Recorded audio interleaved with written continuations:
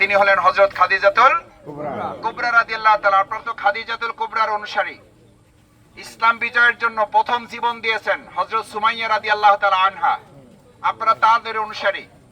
সুতরাং সেই খাদিজাতুল কুবরা ফাতেমাতুজ জোহরা রাদিয়াল্লাহু তাআলা আনহা, হযরত সুমাইয়া রাদিয়াল্লাহু তাআলা আনহার অনুসারী আপনারা যারা, এই যুগে জন্ম না নিয়ে যদি আমরা রাসূল সাল্লাল্লাহু আলাইহি সাল্লামের সময় জন্ম নেওয়ার সৌভাগ্য হতো, তাহলে আমরা কি রাসূল সাল্লাল্লাহু আলাইহি সাল্লামের কাজে সহযোগিতা করতাম না? করতাম না? করতাম। তাহলে সেই রাসূল সাল্লাল্লাহু আলাইহি সাল্লামের অনুপস্থিতিতে আজকে ইসলামের কাজের দায়িত্ব আমাদের উপর আছে না নাই?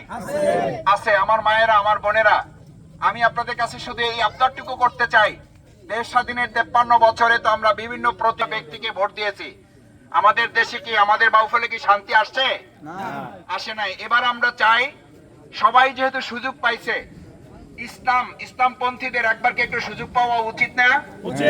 এইবার আমরা সবাই মিলে সিদ্ধান্ত নিতে চাই, ইসলামের পক্ষে, দাঁড়িপাল্লার পক্ষে, ন্যায় ইনসাফের পক্ষে, আল্লাহর জমিনে আল্লাহর আইন দিয়ে সমাজ, রাষ্ট্র, বাউফল, বাংলাদেশ পরিচালনার লক্ষ্যে